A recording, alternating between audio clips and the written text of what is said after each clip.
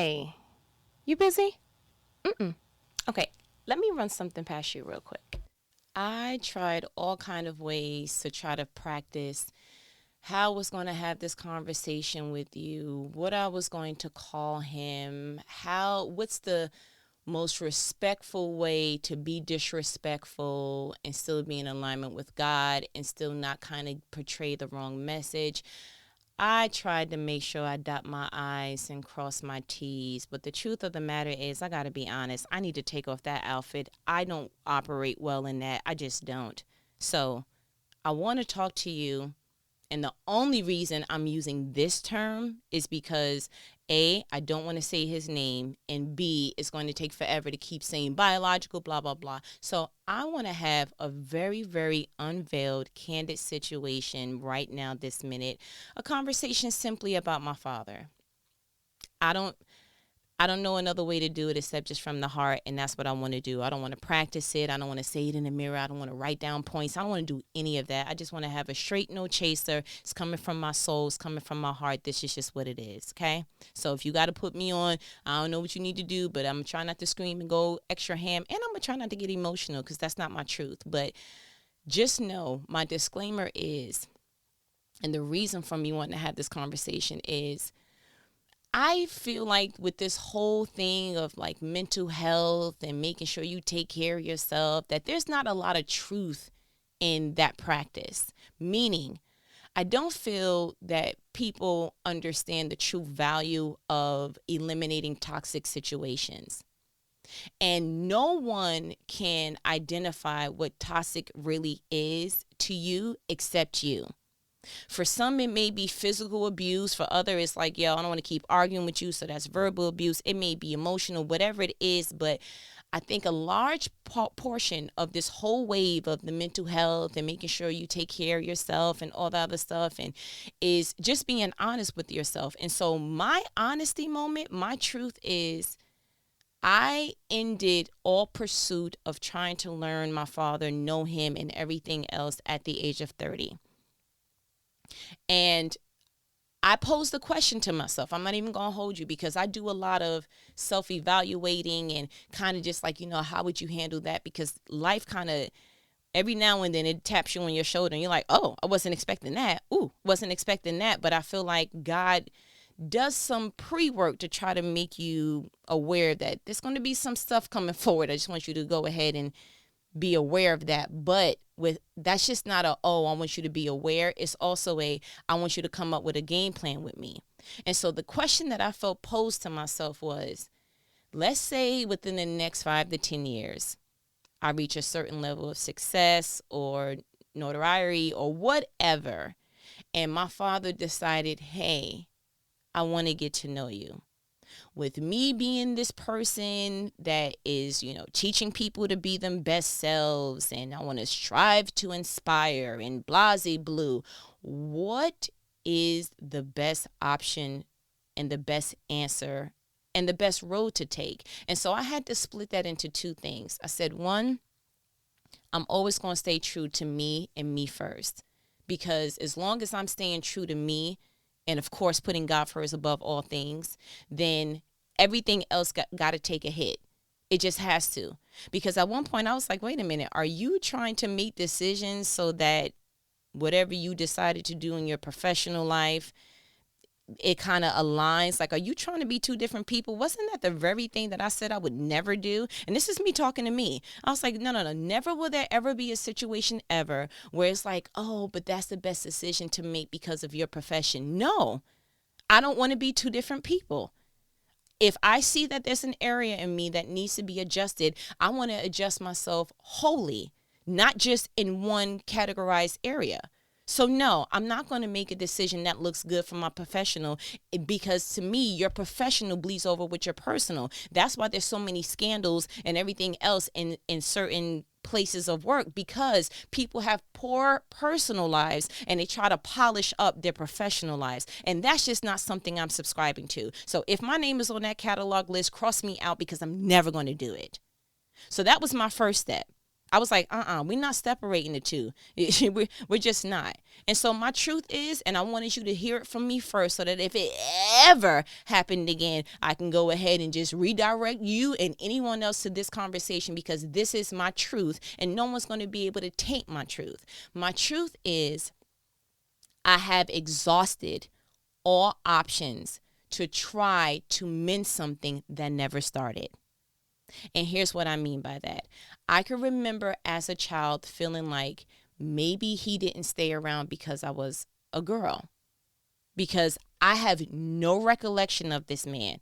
I know that there was a picture or two with me sitting in his lap at the age of like 2. So maybe he did the I'm coming by the birthday party, real quick cheese, and then I'm leaving. But I have no memories, no pictures, no nothing of him. And even that looked like it was a sneak picture, like, sit her on your lap, say cheese. And I was just looking like, huh? And he gave a few molars, but I was still confused because clearly I was 2, and that's what happens when you're 2.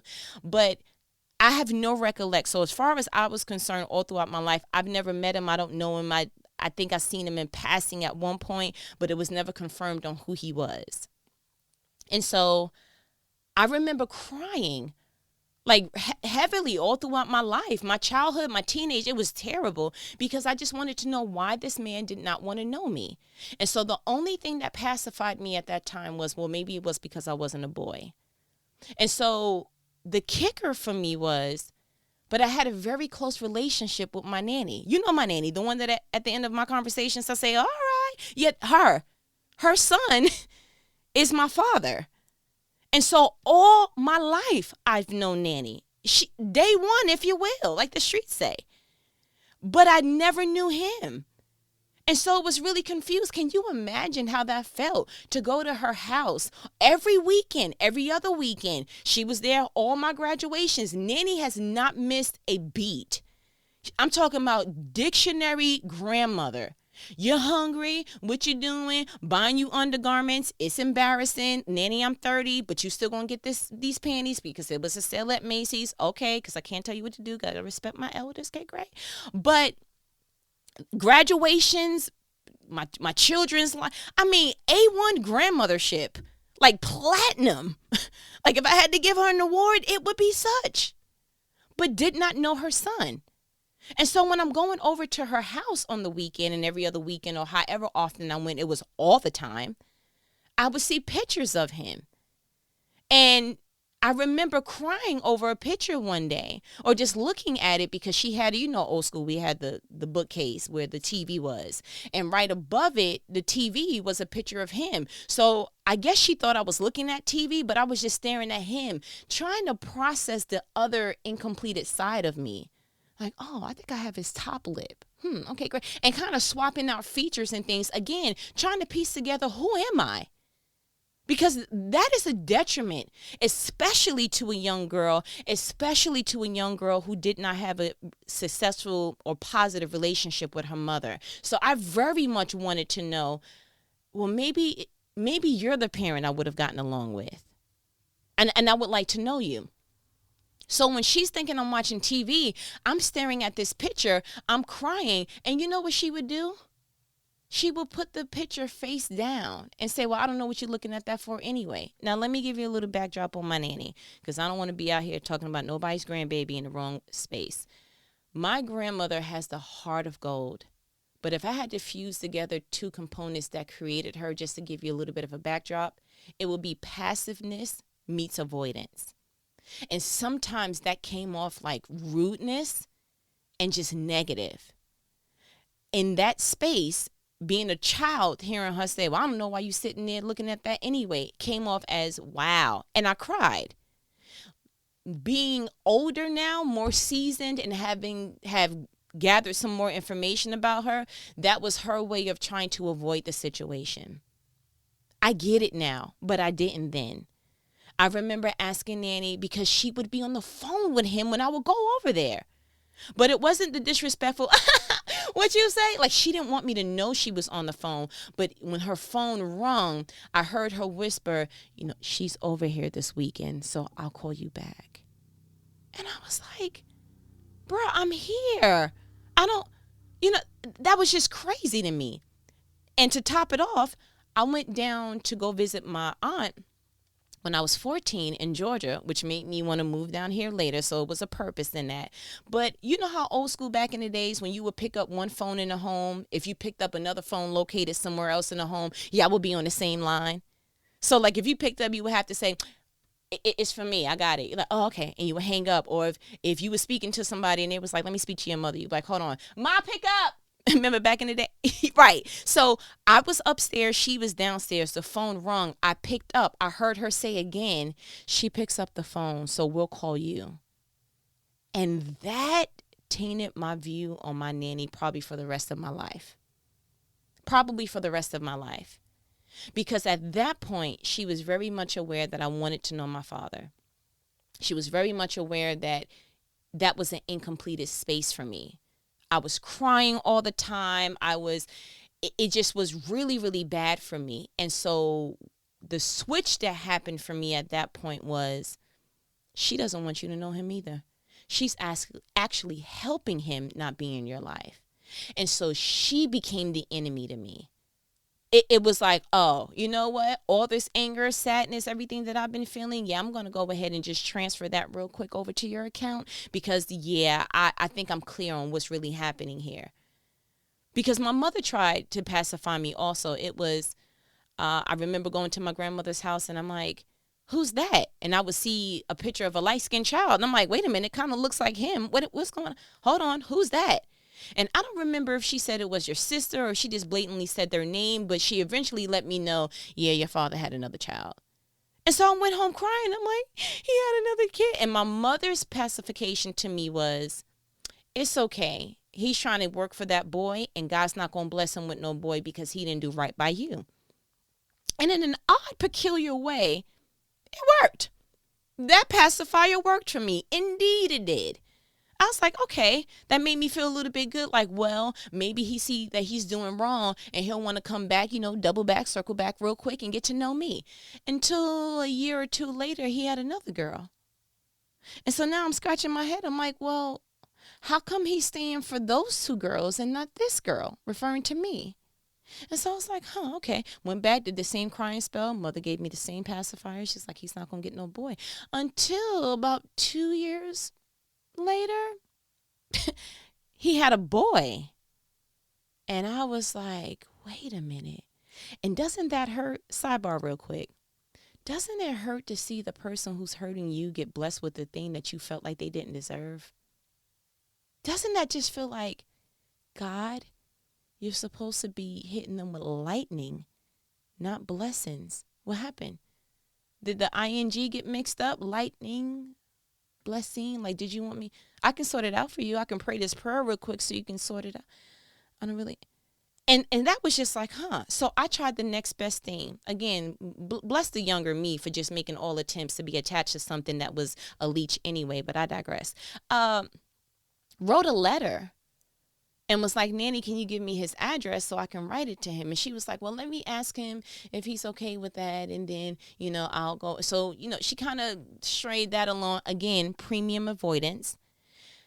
Finally, fast forward to give me the letter that you wrote, and then I will mail it to him.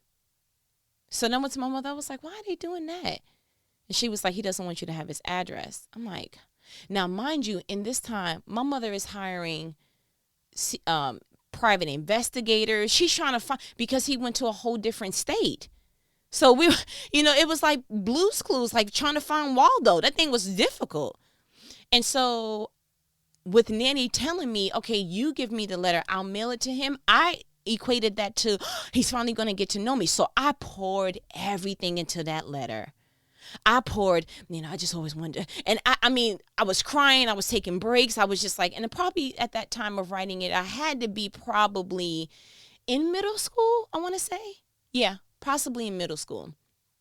So I'm like, okay, cool. This is going to be great. And so as an excited child, because that was like the next best thing from Christmas, I'm calling her every so often. I'm like, did you mail it? Did you mail it? She's like, no, not yet. No, not yet. Then she finally told me, well, he didn't want me to mail it to him. I tried to read it over the phone to him. And I'm like, oh, phenomenal. I don't care. You know what? Best next thing. He gets real time emotion so he can hear it in his mother's voice. Cool. Okay, what did he say? And she was like, he didn't want me to read the rest.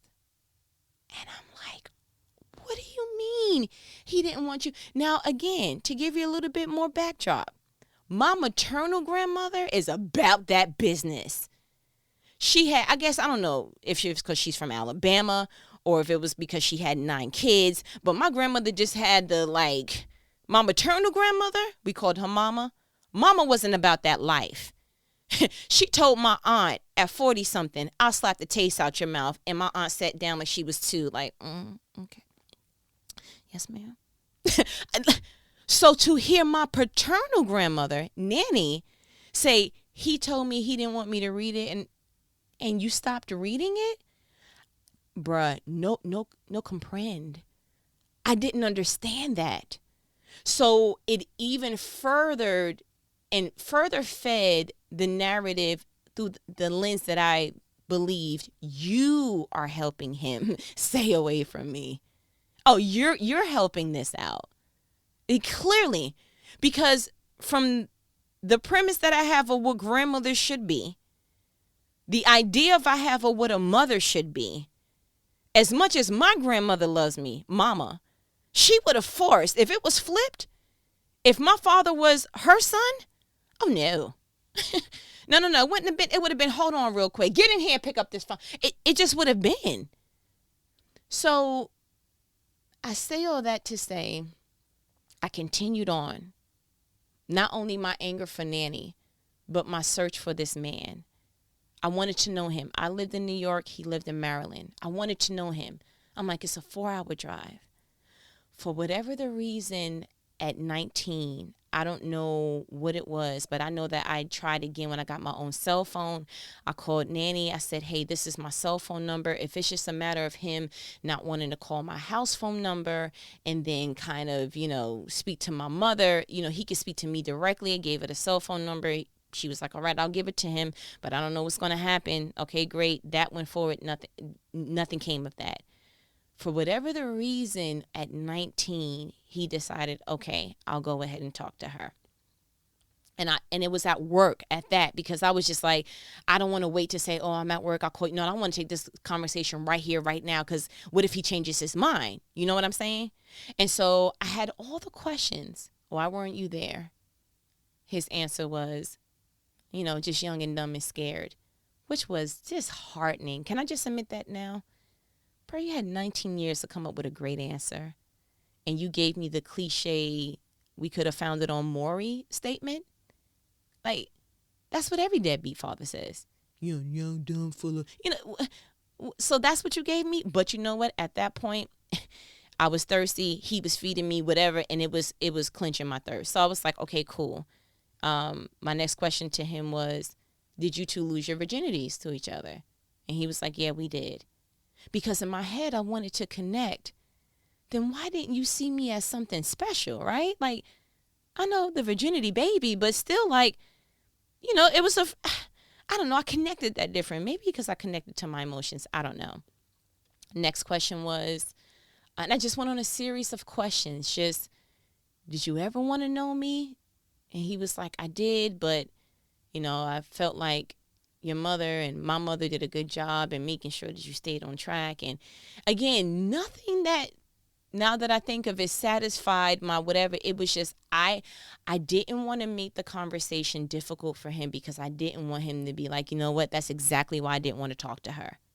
So I kept it real light, which was the other reason why I also made sure that I did have that conversation at work, because I knew I wasn't going to change my octave. I wasn't going to show out, because I had to keep a professional stance. So professional stance means I don't want to push him away. I kept it real, like, okay, I can understand that. And I remember telling him, I don't care about 19 years, but I do care about the years that you give me going forward. I really want to know you. Okay, cool. I remember he said that he was coming to New York for a wedding for someone that he went to school with. It was a 4-hour drive. I was super excited. I'm like, because at this point I'm mailing pictures to him, and I'm like, okay, great. And I was living with my cousin at the time in Brooklyn, so I'm like, okay, can you come to her house? And you would have thought I was getting ready to meet the president. I was like washing up and it's my hair and doing all kind of stuff. And when I saw him, it was everything. I was in tears, again, trying to hold back my emotion because I didn't want to scare him off. And so the only thing that I knew to do was to go grab all my photo albums and just bring it to him. And I'm showing him pictures like this is my I was 5 in that picture, and I think I was about 6 months there, and just showing him everything. And what he said to me was, "Wow, you look so much like me. It's like looking at my baby pictures." And I'm like, "You think so?" And he's like, "Absolutely." And so that was Christmas to my ears. You see what I'm saying? I was just like, okay, so because my thing was he not around because he didn't think I was his child? But that was the reason for me asking him the virginity question. You see what I'm saying? It was like, did you think it was somebody else? He was like, no, we lost our virginity to each other. Okay, cool. Okay, so now that we got all these confirmational pieces, maybe he will stay around. And so fast forward, very incomplete. I had my son at 21. He did send a package to my son. He sent like an overall, this, that, and the third, blah, blah, blah. And like a little box of like little clothing and stuff. And I was so excited. I was like, oh my gosh. I remember it. It was corduroy overalls that when you folded over, it was black. But when you folded over, it was like that plaid. I don't know the proper name for that plaid. All I know is that it reminds me of Christmas because my son was born in December 11th. And so I guess he sent something that was, reasonable, warm, but yes, Christmas theme, and it was the cutest thing ever. And so boom, okay, so we had from 19 to 21, I was calling him his first name because I wasn't comfortable yet with the whole dad thing, and you can understand that. And so fast forward after that, I think I was trying to get to know my sisters, and I wanted to know my brother. We became Facebook friends, and it was almost like dream come true until I think I want to say my oldest sister, but I'm the oldest. The sister that he had after me started to feel indifferent that she didn't know about me all these years. And she became angry, not at me, at him, and then the family. She's like, why is everything so secretive? I don't understand. The man that I had, I just don't believe that he would have done that to you. And so I guess it started to build discord between the two of them. So she and her mother and all of them sat down, and they just felt that it was best not to have a relationship with me no more. So that meant totally cut me out the picture, taking me off of FaceTime, and or Facebook. And at this point, I'm Skyping my sister because that's what we had at that point, and I'm letting her speak to my son, and I'm like, this is your auntie, say auntie. It was there. It wasn't like I was causing issues like your father, blah blah blah. This is what I always wanted. So why would I do anything counter? You see what I'm going with that? Okay, so fast forward, when she was just like, I can't talk to you anymore, it's causing issues in my family. It's kind of like he took suit. But I noticed that when I did talk to him, it would be about 4:50, 4:55 on a Friday at his job. And then he would, okay, well, I'm going on my way home. Or I would try to call his cell phone, and his cell phone would be off. And I was just like, I don't understand. So I just got the hint like, wow, you don't want to speak to me, but I'll back off, but I won't just disappear. Would try to make attempts. It still didn't work. It was like, okay, just, I guess. He'll see the voicemails and the texts at some point. I don't know. Then, when my mother died at my 26th birthday, he called, and I just knew this would be a second chance, because in my heart, I wanted to believe maybe he wasn't around because my mother, we have an aggressive nature. And if he's anything like Nanny, where it's avoidance and it's passiveness, that can be a little overwhelming. So now, and not to glorify, the passing, but I felt like now he has no excuse. She's not here anymore, my mother, right? Okay, let's keep moving forward. No, it didn't make a difference. I remember driving down because I was pregnant. I got married after that with my daughter and all of that. I remember driving down from New York to Florida to not to New York, Florida, New York to Georgia to see my uncle that lived here. Again, just like, man, one day I want to live here, and I think I'm going to move down here because this is what I want to raise my family at. And I remember we were in speaking terms, but I remember calling my father and saying, hey, on my way up back to New York, because we were driving, I would love to have a layover in Maryland so I can see you, so that you can finally see your grandson, and you can meet my family. And and he was like, yeah, sure, sure, sure. He assured me that, and I was so excited. I was like, okay, so I'm calling him. I said, I'll call you when I get within a certain amount of hours. Once you hit West Virginia, it's like you in there forever. So I just knew, okay, great, I'll be there eventually. Called him, and I was assumed like, well, maybe it's because it's late. So I went ahead, had my whole family and my big pregnant self, got in the hotel, stayed over, whole thingamajig. Okay, cool. Played the phone game for 24 hours all the way to checkout time until I realized he wasn't picking up. Just so happened to call my sister. I said, I know that you don't want to speak to me, and I get all that, but I'm trying to get in contact with your dad. Can you? And she was like, oh, well, he's on his way picking up, and he was doing something way different. And I was like, really? Because he's supposed to be meeting me. And she was like, yeah, no. And I was like, okay, I'll handle it. I don't want to get you involved. I just thought maybe because his phone's going straight to voicemail, I didn't know. Now that I think about it, he probably blocked me, but what have you. And it was at that moment that I realized, wow, I guess it's a wrap. Went on to have my daughter. I remember my aunt coming up super excited, his sister, my aunt, and he was on the phone. And so she was like, hold on, your dad wants to speak to you. So, because she still knows that I was trying to make contacts or whatever.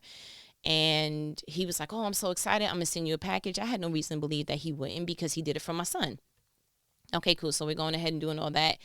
And then I remember going through issues with my daughter's dad, and I called him for advice and like, hey, can you talk to him? Because I don't really know how to, you're a married man, and can you blah, blah, blah.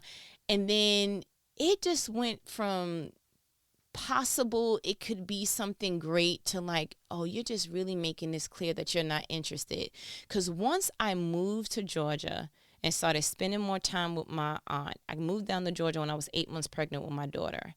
Spending more time with my aunt, he stopped calling her because they were getting into rifts and what have yous about, she wasn't doing the, oh, she's over here, but she was doing the, hey, yeah, no, that's that's her and her children in the background. And, she was making it real known, like, no, she's my family too. No, this is my niece. These are my great niece and great nephew and all that. And I'm not hiding it from you, brother, sir.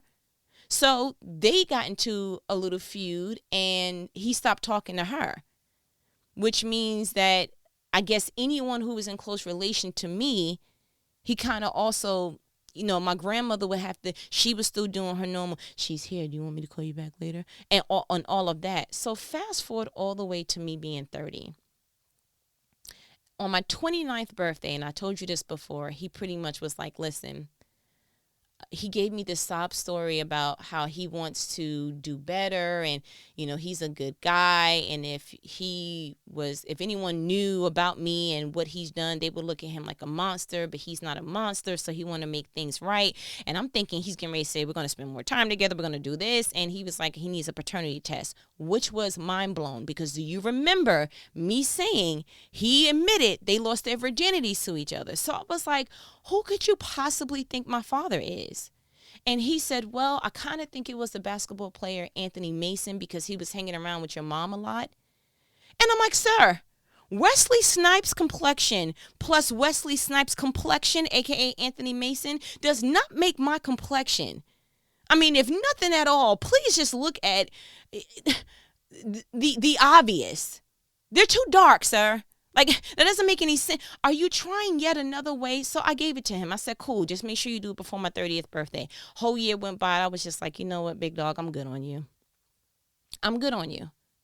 And so I went through all that just to give you some background to go ahead and let you know that if you or anybody else ever hears why my decision is such, it has nothing to do with my Christianity, because I know that at some point somebody's going to go ahead and try to throw that in your face. You know how the Bible thumpers could be, well, you're supposed to forgive and you're supposed to. No. Here's what you're supposed to do. You're supposed to forgive in a way that you have no malice on your heart, in your heart, for said person. I don't wish any ill evil things on that man. I just wish him not to be in my life. Because as far as I'm concerned, 30 years is ample time. 30 years is ample time. And anything that exceeds where I'm at right now, to me, just means that A, he sees a benefit in knowing me now, whether it's success, whether I raise to a certain level of, influence, whatever it is. At this point, I'm going to look at him like, yeah, but I don't get it. It's not going to really make any sense to me.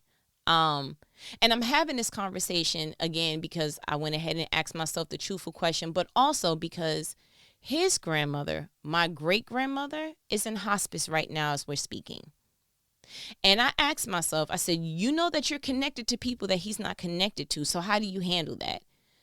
I've already made the decision that there's just certain places I'm not going just because I don't feel, I don't know. It's almost like my grandfather, I know him, but I don't have a relationship with him. So to me, that wouldn't be somewhere I would go to pay my respects. I would acknowledge it. I would console my aunt and whoever, my cousin, whoever else needs to, but he and I don't have a relationship, so it would be weird to me. Do you see what I'm saying? I don't want that to come off as a disrespect. I don't want it to come off as anything else, but I don't hone the go pay your respects, even if you weren't close to someone or you didn't have some form of a relationship, and I don't know him. So to me, it's just like, oh, okay. But there are some people that my father's connected to, that I'm connected to, that I do know that I am close to. So I'm like, well, how would you handle that? And my truth is, he would just be a regular person in the room.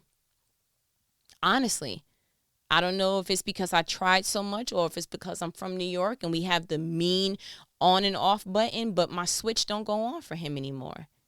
And there won't be another point in my life that I feel like I want to expend any other time to try to get to know him. At this point, my children are set age. I'm in a totally different, healthy marriage. I've exceeded all that I can exceed and met milestones without him. I don't want to try to interject him into something that's already been made without him. I don't. And so I wanted to be transparent in that, only because I don't want you to ever feel like you have to make decisions that look good but aren't true to you. The Bible says, honor thy mother and thy father so thy days can be long. And so I get it. Now, one time in this conversation that I called this man a name, I don't feel the need to. I didn't disrespect him. I don't foul mouth him.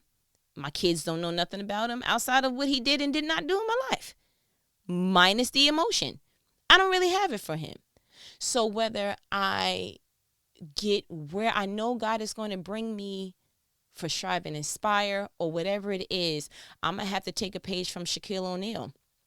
Shaquille O'Neal's dad came around once he signed his first deal.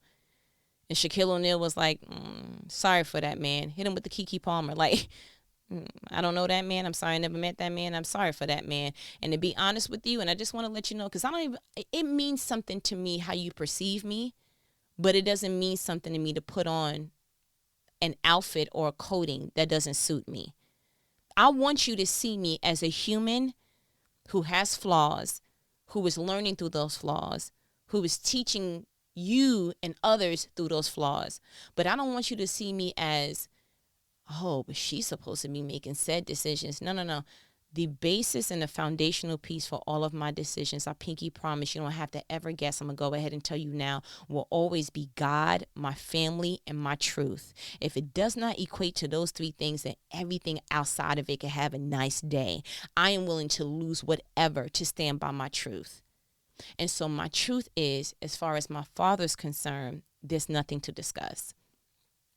I have gone through all the motions. The crying, the how come, the what about me's, the, oh, I'm mad at him, I'm mad at my grandmother, doing all that. And I have arrived to the place of that's between him and God.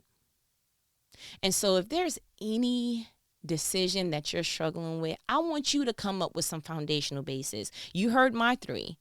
Maybe you need to come up with a strong 2, maybe 1, whatever your number is. I choose 3 because 3 strikes and you're out. If I can get to the third one and see it don't meet the criteria, then it's just nothing to talk about. That's just the way my mind works visually. What decision are you struggling with right now that may not be the best perceived on the outside, but it is your truth? I would much rather you live an inside out life. Please don't live an outside in, because while you're making peace with how everybody else thinks that you should do something and the decisions you should be making, while you're making everyone else feel that, you will never feel the peace inside. And so if I had to choose where I want peace to rest, it's always going to be within. I would love to give people pieces of my peace, but I'm not going to give and implant my entire peace on outside circumstances and perspectives. I'm not doing it. And so I wanted to just give you that because, again, I'm more than certain it's going to come up. But what about your father? Shouldn't you be forgiving him? And the thing of the matter is, I'm so whole and at peace with where I'm at now that what I went through, I don't even have to explain. That's why I went through the trouble of giving you all that backdrop just now, because as far as I'm concerned, I already said what I needed to say. He knows the truth. I know the truth. And so does God. And at this point, I think anybody would have made the decision that I made.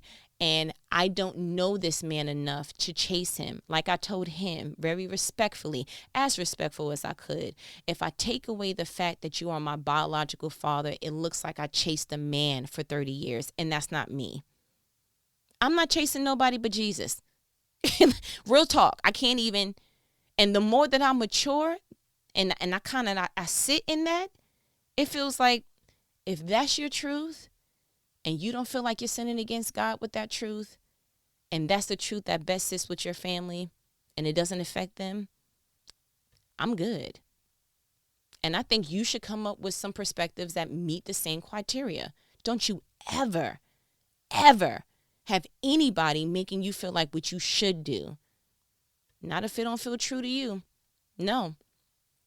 And you know the difference between, they telling you something and you know better about, Because I did have someone tell me early on in my healing years, like, you need to start forgiving. And I was like, I'm not, you don't know what they did to me. But I knew deep down, like, yeah, it's time. I just don't know how. And I'm going to figure it out. So my challenge to you is come up with some foundational pieces for decision making, because it's not always going to be the easiest. If I had to ask this question in a room full of people, how many people think I should try to give my father an opportunity to kind of like get to know me? It will probably be split decisions all throughout. That's your father. You need to know him. Forget him. He didn't want to know you. No, but the Bible says, yeah, but you know what? I know my father. I don't want you missing out on. And it's like, you know what? No. And I went through all the circumstances. What if he asked for me on his deathbed? What if he's in hospice and he's like, his last beckon thing is just to call the daughter he never knew. And I went through all of it. And I went through a virtual experience and still came out with, nah, I'm good. I wouldn't even do that emotionally to myself. And I know what you're thinking. Most of you like, yeah, you say that now, but when you get into the situation, no. Listen to me. I buried my mother. And, okay, buried my brother. Okay? I kind of know how I deal with death. You see what I'm saying? Yeah, this is not me saying, oh, when I get in the office, I'm going to say such and such and such and such, and I'm going to say all this and blah, blah, blah. And then you get there and you're like, ooh. Now, again, I'm not God. God may be like, you know what? I want you to go ahead and go to the hospice real quick because he going to be the last face that you see. I'm sorry, the last face that he sees. I don't, listen, that's between him and God. I'm trying to take away the torture chamber, but who knows? But as far as I'm concerned, I'm not doing the whole dying. I don't even want to do that to myself. You know what kind of hole that would leave? I'm not doing that. That's just, I would rather, I buried him at 30. I buried him a couple of years ago. And it's rest in peace. And he's cremated. And I poured those ashes and I wanted to say toilet, but I'm trying to be respectful. But I gave it to God. And like I do everything else. And I said, God, if I'm wrong, you'll let me know. But as far as I'm concerned, this is the stance. My daughter would be like, who's that? Like, nobody knows you, sir. And at this point, you have nothing to offer me that I want to know. So that's my truth. And I spoke it the only way I know how to speak it, from the heart and from nowhere else. That's just it. And mark my words, if it ever comes a time that is okay, now's the time to get to know her, I gave him 30 years. 30. Not 30 hours, not minutes, not weeks, not months, years. That means 365 times 30. Put the line, get the number. Ridiculous. And if he meant something to me, I would have chased 30 more. But I seen that he was adding more emotional trauma to me than what he was adding. So the ratio didn't add up. So I was done. I'm going to walk that truth. I'm going to sit in that truth. No matter how unpopular it is, no matter how many people, oh, I didn't know she was that kind of person. I'm not following her no more. I'm not going to listen to her no more. I'm not going to. But I'm never going to hide my truth from you. So if I lose people from me being authentic, I'm cool with that. I'm just not okay with people being cool and I'm in turmoil inside. I'm not cool with that. So I think you got what you needed. If anything else, it was just for me. You know how you just waiting for that platform to just, I want to tell my truth, but I want to do it respectfully. I'm going to write a book about his whole situation. I really am. I'm going to turn it into a movie or something because it's like what he did is like, bro, he did that? Yes. Between him and my mother, God bless them. But you know what? As far as I'm concerned, both of my parents are buried. And it's okay because I gained a heavenly father. And I sit in that truth, and that is just so, he's such a great dad. And as long as he's happy with me, then I feel great. I feel great. But as my good Annie says, all right, I ain't going to hold you. Go ahead and come up with what needs to be come up with. I was going to say it's a life-provoking conversation, but I kind of feel like it was more provoking for me. But again, go ahead and do the challenge. I'll speak to you later because I want to talk to you about something in relation to him again. And then that's the last time we speaking about him as far as I'm concerned, okay? All right, but you'll be good. Stay by your phone. I'm going to call you back probably like 30 minutes, okay? All right, later.